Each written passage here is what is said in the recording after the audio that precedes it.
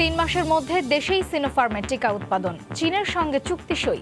টিকা নিতে কেন্দ্রে কেন্দ্রে উপচে পড়া ভিড়, করোনায় মৃত্যু আরও 174 জনের। 75-এর হত্যাকাণ্ডের নীল নকশা 3 বছর আগেই করা হয়। পেছনের কুশীলবদেরও পরিচয় বেরিয়ে আসবে। শোক দিবসের আলোচনা সভায় প্রধানমন্ত্রী। অসুস্থ বেগম জিয়াকে গৃহবন্দী করে রেখেছে সরকার। রাজনীতি থেকে দূরে রাখতেই এমন চক্রান্ত, অভিযোগ বিএনপি মহাসচিবের।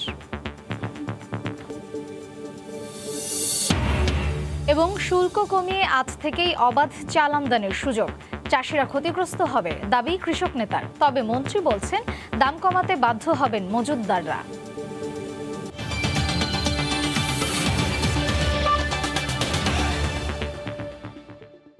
দেখছিলেন শিরোনাম, জনপদের সময়, সঙ্গে আছি আমি মার্জিয়া শ্রেয়া। আফগানদের মৌলিক অধিকার নিশ্চিত করতে পারলে আফগানিস্তানের নতুন সরকারকে স্বীকৃতি দেওয়ার ইঙ্গিত দিয়েছে যুক্তরাষ্ট্র। চীন তালেবানকে স্বীকৃতি দিতে যাচ্ছে। এমন অবস্থায় যুক্তরাষ্ট্রের অবস্থান জানতে চাওয়া হলে সাংবাদিকদের এ কথা বলেন মার্কিন পররাষ্ট্রমন্ত্রী। এদিকে ওয়াশিংটনে তালেবান বিরোধী বিক্ষোভ হয়েছে। যুক্তরাষ্ট্র থেকে লস্কর আল মামুনের রিপোর্টে বিস্তারিত। রাজধানী কাবুল দখল সহ দেশ জুড়ে তালেবান গোষ্ঠীর তৎপরতার মধ্যেই স্থানীয় সময় রোববার যুক্তরাষ্ট্রের পররাষ্ট্রমন্ত্রী অ্যান্থনি ব্লিংকেন এক ঘোষণায় বলেন, ভবিষ্যতের যে আফগান সরকার জনগণের মৌলিক অধিকার সমুন্নত রাখবে এবং সন্ত্রাসীদের আশ্রয় দেবে না, ওয়াশিংটন তাদের স্বীকৃতি দিতে প্রস্তুত। রাজনৈতিক বিশ্লেষকরা মনে করছেন যে তাহলে হয়তোবা মার্কিন যুক্তরাষ্ট্র নতুন যে সরকার গঠন করবে সেই সরকার গঠনের সমর্থন দিতে যাচ্ছে এবং তাদের সাথে কিন্তু একযোগে কাজ করার একটি প্রত্যয় তারা ব্যক্ত করতে যাচ্ছে। সাবেক মার্কিন প্রেসিডেন্ট ডোনাল্ড ট্রাম্পের আমলে আফগানিস্তান থেকে মার্কিন সেনা প্রত্যাহারের প্রক্রিয়া শুরু হয়েছিল। সেনা প্রত্যাহার করতে আফগান তালেবানের সঙ্গে চুক্তি সই হয় ওই সময়। তবে জো বাইডেন ক্ষমতায় এসে সেপ্টেম্বরের মধ্যে আফগানিস্তান থেকে মার্কিন সেনা প্রত্যাহার পুরোপুরি শেষ করার সময়সীমা নির্ধারণ করেন। তবে নির্ধারিত সময়ের আগেই মোটামুটি শেষ হয় সেনা প্রত্যাহার। এর পরপরই তালেবান যোদ্ধারা আফগানিস্তানের বিভিন্ন এলাকার নিয়ন্ত্রণ নিতে শুরু করে।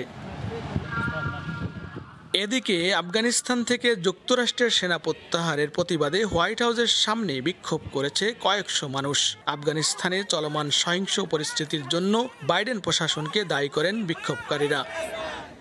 লস্কর আল মামুন, সময় সংবাদ, যুক্তরাষ্ট্র। আফগানিস্তানে যারাই ক্ষমতায় থাকুক তারা জনগণের সরকার হলে বাংলাদেশের দরজা খোলা থাকবে বলে জানিয়েছেন পররাষ্ট্রমন্ত্রী ডক্টর একে আব্দুল মোমেন। এদিকে বিশ্লেষকরা বলছেন 2 দশকের অভিজ্ঞতা থেকে শিক্ষা নিয়ে এবার ভিন্ন কৌশল নিতে পারে তালেবান।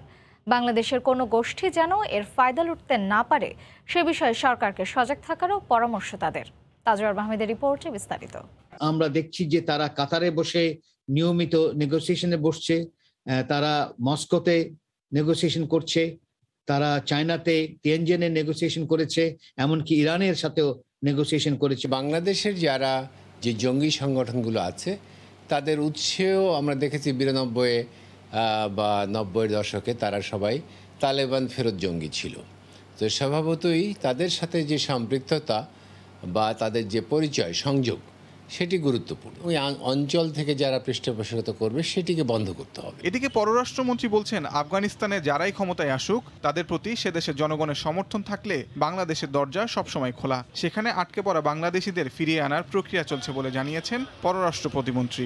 বাংলাদেশি যারা আফগানিস্তানে কাজ করেন তাদের নিরাপত্তা আমরা ইতিমধ্যে 3 জনকে গতকালকে ইভ্যাকুয়েট করেছি। 7 জন আছেন যারা ওখানকার একটা টেলিকম কোম্পানিতে কাজ করেন। আমরা তাদের সাথে যোগাযোগ স্থাপন করেছি এবং তাদেরকে কিছু নির্দেশনা দিয়েছি। যদি তালেবান সরকার হয় এবং হয়েছে এবং সেটা জনগণের সরকার হয়, অবশ্যই আমাদের দরজা খোলা থাকবে। আফগানিস্তানের বর্তমান পরিস্থিতি গভীরভাবে পর্যবেক্ষণ করা হচ্ছে বলেও জানিয়েছে পররাষ্ট্র মন্ত্রণালয়। তাজওয়ার মাহমুদ, সময় সংবাদ, ঢাকা। এবার দেশের খবর। 3 মাসের মধ্যে দেশেই উৎপাদন হতে যাচ্ছে সিনোফার্মের টিকা।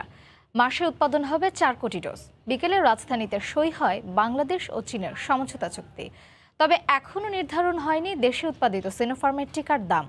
আলোচনার মাধ্যমে তা ঠিক হবে জানিয়ে স্বাস্থ্যমন্ত্রীর আশা, আমদানির তুলনায় কম দামেই পাওয়া যাবে দেশে উৎপাদিত টিকা। কয়েক মাস ধরে আলোচনায় থাকার পর অবশেষে সই হলো বাংলাদেশ চীন সমঝোতা চুক্তি। স্বাস্থ্য মন্ত্রণালয়, চীনা কোম্পানি সিনোফার্ম আর দেশের শীর্ষস্থানীয় বেসরকারি ওষুধ প্রস্তুতকারী প্রতিষ্ঠান ইনসেপ্টার মধ্যে ত্রিপক্ষীয় চুক্তির ফলে সুগম হলো দেশেই কোভিড টিকা উৎপাদনের পথ। চুক্তির আওতায় দেশে টিকার কাঁচামাল সরবরাহ করবে সিনোফার্ম, টিকা প্রস্তুত হবে ইনসেপ্টায়, যা কিনবে সরকার। এখনও দাম ঠিক না হলেও স্বাস্থ্যমন্ত্রীর আশা সাশ্রয়ী হবে আমদানি টিকার তুলনায়। লক্ষ্য 3 মাসের মধ্যে উৎপাদন শুরুর। সক্ষমতা আছে প্রতি মাসে 4 কোটি ডোজ তৈরির। সিনোফার্ম বাল্কে দিবে এবং ইনসেপ্টার ফিল ফিনিশ করবে। যদি 10 ডোজের প্রতি ভায়াল হয় তাহলে তারা প্রায় 4 কোটি ডোজ পার মান্থ বানাতে পারবে। ওনারা বলেছেন মাস 3 মধ্যে করতে পারবেন। যতটুকু আমাদের প্রয়োজন অতটুকু আমরা তাদেরকে অর্ডার দিব, তারা বানিয়ে দিবে। যখন এটা তৈরি হবে সবকিছু বিবেচনা করে একটা দাম আমরা নেগোশিয়েট করে ঠিক করে নিব। অবশ্যই আমরা মনে করি বাইরে থেকে আনার থেকে অবশ্যই এটা কম দাম পড়বে এবং তাড়াতাড়ি পাবো। কোভিড টিকার যৌথ উৎপাদন চুক্তি বাংলাদেশ চীন বন্ধুত্বপূর্ণ সম্পর্কে যোগ করল নতুন মাত্রা। মহামারী মোকাবেলায় সব রকম ভাবেই বাংলাদেশের পাশে থাকার কথা আবারও শোনালো চীন। কোভিড টিকা সহযোগিতার ক্ষেত্রে চীন বাংলাদেশের নির্ভরযোগ্য অংশীদার। আমরা বিশ্বাস করি মহামারীর বিরুদ্ধে আমাদের সহযোগিতা আরও শক্তিশালী হবে। আমরা বাংলাদেশ সহ বিভিন্ন উন্নয়নশীল দেশকে টিকা উৎপাদন সক্ষমতা বাড়াতে সহযোগিতা অব্যাহত রাখতে চাই। চলতি মাসে চীন থেকে আসছে সিনোফার্মের আরও 50 লাখ টিকা। এছাড়া সরকারিভাবেও দেশে টিকা তৈরিতে প্রধানমন্ত্রীর নির্দেশনার কথা জানিয়ে মন্ত্রীদের আশা আগামীতে টিকা রফতানিতেও সক্ষম হবে বাংলাদেশ। ফারুক ভিয়া, রবিন, সময় সংবাদ, ঢাকা। এদিকে রাজধানীতে মডার্নার দ্বিতীয় ডোজ টিকা নিতে কেন্দ্রে কেন্দ্রে উপচে পড়া ভিড়। নির্ধারিত তারিখ পেরিয়ে গেলেও SMS না আসায় টিকা পাচ্ছেন না অনেকেই। ফিরে যেতে হচ্ছে বলে বিভিন্ন কেন্দ্রে দেখা গেছে টিকা প্রত্যাশীদের ক্ষোভ আর উত্তেজনা। তবে কর্তৃপক্ষের আশ্বাস দ্বিতীয় ডোজ নিয়ে হবে না কোনো সংকট। পর্যায়ক্রমে সবার কাছেই যাবে SMS। সোমবার সকাল থেকেই রাজধানীর টিকা কেন্দ্রগুলোতে উপচে পড়া ভিড়। প্রথম ডোজ দেয়া হচ্ছে কেবল সিনোফার্মের, আর দ্বিতীয় ডোজ মিলছে সিনোফার্ম, মডার্না আর অ্যাস্ট্রাজেনেকার। ভালো লাগতেছে অবশ্যই যে আমি পুরো ডোজ শেষ করতে পারছি। আমি 2টা ডোজ নিতে পারছি। প্রতিরোধ ক্ষমতা আমার যেটুক ছিল আরও বাড়ছে। তবে দ্বিতীয় ডোজ প্রয়োগের ক্ষেত্রেও সামনে এসেছে অব্যবস্থাপনার চিত্র। অনেকের অভিযোগ নির্ধারিত তারিখ পেরিয়ে গেলেও আসেনি SMS। কেন্দ্রে এসেও টিকা না পেয়ে ফিরতে হয় অনেককেই। এতে কোনো কোনো কেন্দ্রে তৈরি হয় বিশৃঙ্খলা। 16/2021 লেখা আসা দেওয়া যেত, বলছে আপনি মেসেজ পেয়েছেন, আমি কোনো মেসেজ পাইনি, তাহলে পরে আসেন, মেসেজ পেলে আসেন। যখন এইখানে রিসিভ জমা দিছি তখন বলছে যে আপনার মেসেজ আসবে। আমার যে মেসেজ আসবে, কবে মেসেজ আসবে তার কোনো ঠিকানা নাই। কেন জানে এটা ওনারাই ভালো জানে। বলছে যে মডার্নার টিকা আমাদের হসপিটালে আসে নাই। এখানে আসলে অযথা 3-4 ঘন্টা মধ্যে সময় নষ্ট হইলো। এটা তো বারবার যদি আমরা SMS না যাবো আবার কালকে আসতে হবে, পরশু দিন আসতে হবে। তো আমাদের তো এটা হ্যারাসমেন্ট করে এটা। এত দূর থেকে আসছি, এতে জাম, যেটা গরমের মধ্যে আসছি, তেলে হরানি না। দেশে আসা মডার্নার 55 লাখ টিকার মধ্যে প্রথম ডোজ দেওয়া হয়েছে 24,58,000 মানুষকে। সবার দ্বিতীয় ডোজ নিশ্চিতে আপাতত বন্ধ রয়েছে মডার্নার প্রথম ডোজ প্রয়োগ। ফারুক ভিয়া, রবিন, সময় সংবাদ, ঢাকা। দেশে কমতে শুরু করেছে করোনায় শনাক্ত ও মৃত্যুহার। হাসপাতালগুলোতে শয্যা ও অক্সিজেন সংকট নিয়ে হাহাকার কিছুটা কমলেও ICU পেতে এখনও দীর্ঘ অপেক্ষায় থাকতে হচ্ছে অনেককে। আক্রান্তদের বেশিরভাগই শ্বাসকষ্টের তীব্রতায় ভুগছেন। করোনায় একদিনে মারা গেছেন 174 জন। সর্বোচ্চ ঢাকায় প্রাণ গেছে 70 জনের। এক এক করে ফাঁকা হচ্ছে শয্যা। কোভিড থেকে সুস্থ হয়ে ফিরছেন বাড়িতে। কিছুদিন আগেও এসব শয্যা রোগীতে পূর্ণ ছিল। এক একটি শয্যা এক একজনের মৃত্যু যন্ত্রণার সাক্ষী। কোভিড যুদ্ধে হার না মানার অদম্য লড়াইয়ের গল্প এখানে। গত 2 মাস ধরে হাসপাতালগুলোতে যে ঝড় বয়ে গেছে তা এখন অনেকটাই শান্ত হয়ে আসছে। তবে ICUতে রোগীর চাপ এখনো কমেনি। সর্বাধিক মৃত্যু ঢাকা বিভাগে 70 জন। পরিস্থিতি এখন মোটামুটি ভালো, রোগীর সংখ্যা এখন কম দেখা যাচ্ছে। আল্লাহ রহম করেছে, কমছে, আশা করি আরো ভালো হবে। দ্বিতীয় সর্বোচ্চ মৃত্যু চট্টগ্রাম বিভাগে 37 জন। তাদের মধ্যে 8 জন করে চট্টগ্রাম ও কুমিল্লায় এবং 5 জন ব্রাহ্মণবাড়িয়ায়। তবে রোগীর চাপ কমেছে চট্টগ্রাম মেডিকেলে। খুলনা বিভাগে করোনায় মারা গেছেন ১৯ জন, তাদের মধ্যে ৬ জন খুলনার ও ৫ জন কুষ্টিয়ার। তবে কমেছে সংক্রমণের হার। ২৪ ঘন্টায় করোনায় রাজশাহী বিভাগে ১৭ জন মারা গেছেন। দ্বিতীয় সর্বোচ্চ মৃত্যু নাটোরে ৬ জন। রাজশাহী মেডিকেলে বেশি আসছেন গ্রামের রোগী। পরিস্থিতি 2 দিন যাবৎ খুবই ভালো, মানে রোগী কম আসতেছে। যে ওয়ার্ডে আছি ২৫ নম্বর ওয়ার্ডে, ওই ওয়ার্ডে ৪০ জন মতো একসঙ্গে রিলিজ হয়েছে। ময়মনসিংহ বিভাগে করোনায় মারা গেছেন ১১ জন, তাদের মধ্যে ৮ জনই ময়মনসিংহ জেলার। রোগীর চাপ কমতে শুরু করেছে ময়মনসিংহ মেডিকেলে। আইসিইউ পায় না, যদি আইসিইউ পাইতো ওই লোকটা হয়তো বা মারা যেত না। মেডিকেলে আপনার করোনা রোগীটা কম আসছে আগের থেকে। এছাড়া ২৪ ঘন্টায় বরিশাল ও রংপুর বিভাগে ৭ জন করে এবং সিলেট বিভাগে ৬ জন মারা গেছেন করোনায়। আহসানুল করিম, সময় সংবাদ। জনপদের সময় আরও থাকছে। পদ্মা সেতুর রেল নেটওয়ার্কে যুগান্তকারী পরিবর্তন। দক্ষিণ পশ্চিমাঞ্চলের কেন্দ্রবিন্দুতে ফরিদপুরের ভাঙা জংশন, ২ প্রান্তে রেলের অগ্রগতি ৮১ ভাগ। প্রধানমন্ত্রী শেখ হাসিনা বলেছেন, স্বাধীনতা বিরোধীদের চক্রান্তে ঘটানো হয়েছিল ১৫ই আগস্টের হত্যাকাণ্ড। এই ঘটনায় যারা মদদ দিয়েছে শিগগিরই তাদের নামও উন্মোচিত হবে বলে জানিয়েছেন তিনি। বিকেলে জাতীয় শোক দিবস উপলক্ষে গণভবন থেকে ভিডিও কনফারেন্সে আওয়ামী লীগ আয়োজিত আলোচনা সভায় একথা বলেন প্রধানমন্ত্রী। এ সময় স্বাধীনতার সুফল দেশবাসীর কাছে পৌঁছে দিতে আমরণ কাজ করে যাবার অঙ্গীকার করেন প্রধানমন্ত্রী।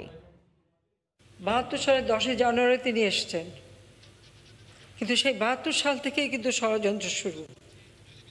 মুক্তিযোদ্ধাদের মধ্যে বিভক্ত হলো, জাসদ সৃষ্টি হলো, যারা পাকিস্তানি হানাদার বাহিনীর দোসর, যারা বড় বড় নেতা ছিল তারা তো পাকিস্তানি পাসপোর্ট নিয়ে অনেকেই চলে গেছে, আর যারা এদেশে ছিল তারা কোথায় গেল। আপনার তখনকার যে পত্রপত্রিকায় বা তখনকার যাদের বক্তব্য সেগুলো একটু খুঁজে বের করেন, অনেক খবর আপনাদের কাছে স্পষ্ট হয়ে যাবে। অপপ্রচার চালিয়েও তাকে জনগণের কাছ থেকে দূরে সরাতে পারে নাই, আর সরাতে পারে নাই বলেই তারা এই হত্যাকাণ্ডটা ঘটিয়েছে। এই ঘটনা তারা ঘটিয়েছে, পাশে যারা ছিল আর যারা এভাবে ক্ষেত্র প্রস্তুত করেছে সবাই কিন্তু সমানভাবে দোষী। আগে হত্যার বিচার করাটা খুবই জরুরি ছিল, সেটা করেছি, এবং ধীরে ধীরে একদিন কারা জড়িত ছিল সেটাও বের হবে, এবং সেদিনও খুব বেশি দূরে না। ৮১ সালে ফিরে আসি, যখন আওয়ামী লীগ আমাকে প্রেসিডেন্ট নির্বাচিত করে, অনেক বাধা। আমি সব কিছু আমি বলবো যে আমি সেগুলিকে খুব বেশি গুরুত্ব না দিয়ে আমার চলার পথ ঠিক রেখে আমার বাবা দেশ স্বাধীন করেছেন। এই স্বাধীনতা ব্যর্থ হতে পারে না, এ সফল হবে, আর এর সফলতা বাংলাদেশের প্রত্যন্ত একটা গ্রামের মানুষের ঘরে পৌঁছাবে, তাদের জীবন উন্নত হবে। এই একটা প্রতিজ্ঞা নিয়েই সমস্ত বাধা বিঘ্ন যা কিছু এসছে সব কিছু, হ্যাঁ, আমি সেগুলি অতিক্রম করার চেষ্টা করেছি। অসুস্থ বেগম জিয়াকে গৃহবন্দী করে রাখা হয়েছে। রাজনীতি থেকে দূরে রাখতেই সরকার ষড়যন্ত্র করছে বলে অভিযোগ করেছেন বিএনপি মহাসচিব মির্জা ফখরুল ইসলাম আলমগীর। এমনকি উন্নত চিকিৎসার জন্য বিএনপি চেয়ারপারসনকে বিদেশ যেতে না দেওয়াও ষড়যন্ত্র বলে দাবি তার। নয়াপল্টনে দলের কেন্দ্রীয় কার্যালয়ে এক মিলাদ মাহফিলে একথা বলেন তিনি। ৭৫-এর ১৫ই আগস্ট সপরিবারে হত্যা করা হয় জাতির জনক বঙ্গবন্ধু শেখ মুজিবুর রহমানকে। কিন্তু রাষ্ট্র স্বীকৃত শোকের এই দিনে দেশের অন্যতম রাজনৈতিক দল বিএনপি পালন করেছে দলীয় প্রধান বেগম জিয়ার জন্মদিন। সত্য মিথ্যার তর্কে শোকের এই দিনটিতে বিরোধী পক্ষের জন্মদিন পালন নিয়ে নানা মহলে হয়েছে কঠোর সমালোচনা।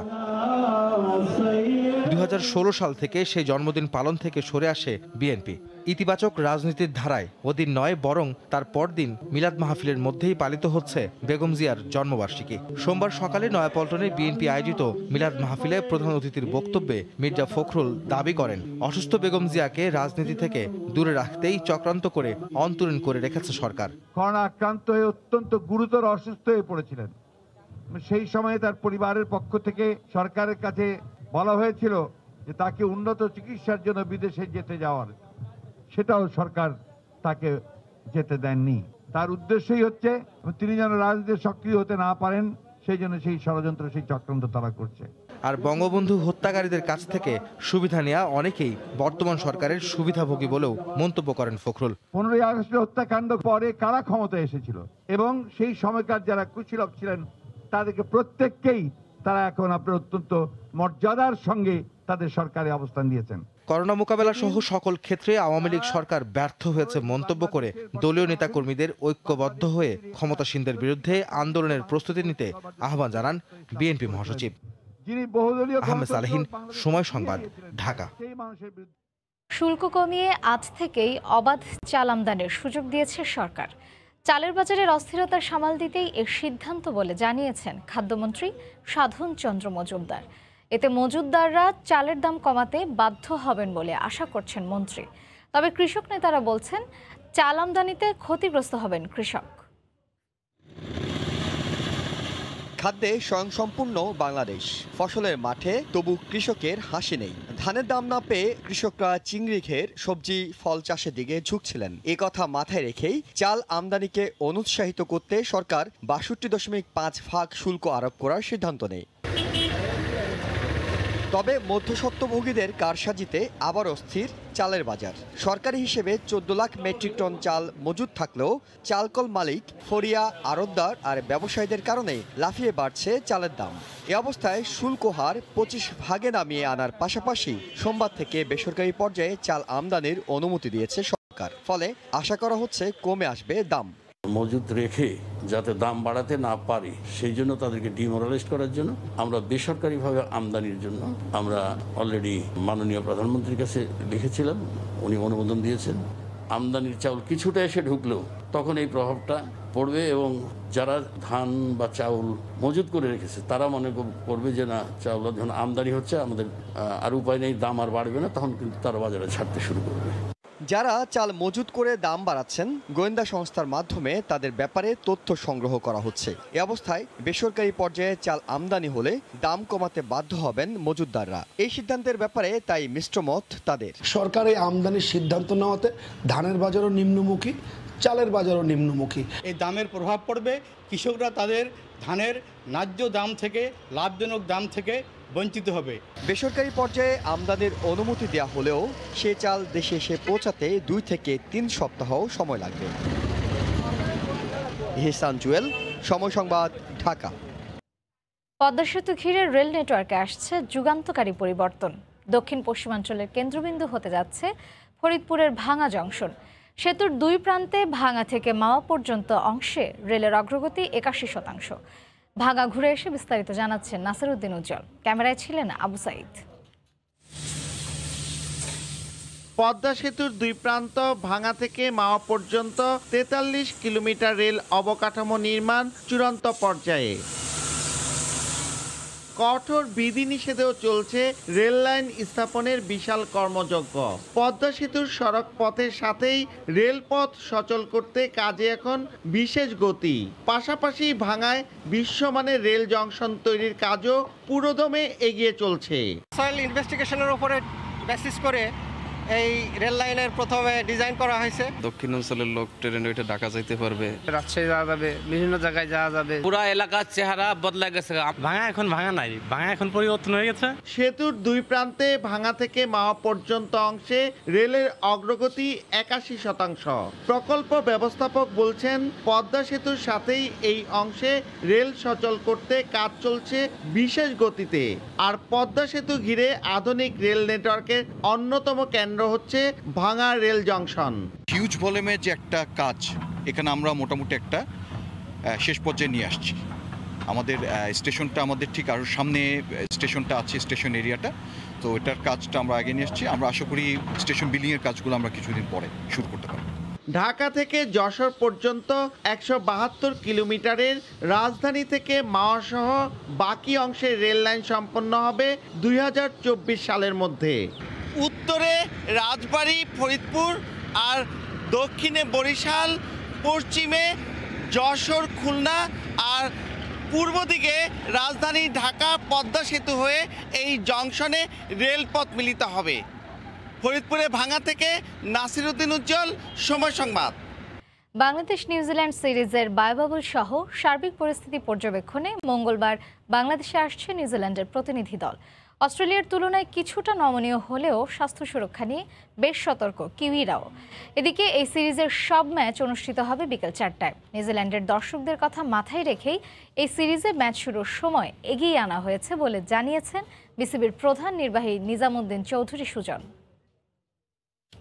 যেহেতু ব্যাক টু ব্যাক সিরিজ হচ্ছে এবং অস্ট্রেলিয়া নিউজিল্যান্ড অলমোস্ট যেহেতু খুব ক্লোজলি তারা কাজ করে এবং সেক্ষেত্রে তাদেরও রিকোয়ারমেন্ট হচ্ছে যে অস্ট্রেলিয়াকে যে ধরনের বায়োবাবল এনভায়রনমেন্ট দেওয়া হয়েছিল সেটা দেওয়ার ব্যাপারে তারা আমাদের বারবার বলছেন। তারা যেহেতু কমার্শিয়াল ফাইটে আসবে তাদেরটা কোনোভাবেই অস্ট্রেলিয়া যেভাবে যে প্রসিডিওরগুলো ফলো করে এয়ারপোর্ট থেকে এসছে সেটার মতো হবে না। যেহেতু এডিশনাল বায়োবাবলের একটা বিষয় রয়েছে, আর একটা ভেন্যুতে করলে সেখানেও একটা বায়োবাবল এনভায়রনমেন্ট ক্রিয়েট করতে হবে।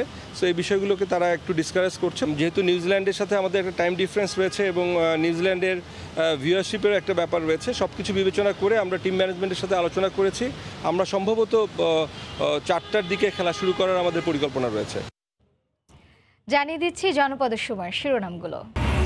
৭৫-এর হত্যাকাণ্ডের নীল নকশা ৩ বছর আগেই করা হয়। পেছনের কুশীলবদেরও পরিচয় বেরিয়ে আসবে। শোক দিবসের আলোচনা সভায় প্রধানমন্ত্রী। এবং 3 মাসের মধ্যে দেশেই সিনোফার্মের টিকা উৎপাদন। চীনের সঙ্গে চুক্তি সই। টিকা নিতে কেন্দ্রে কেন্দ্রে উপচে পড়া ভিড়। করোনায় মৃত্যু আরও ১৭৪ জনের। এই ছিল জনপদের সময়। সঙ্গে থাকুন সময়।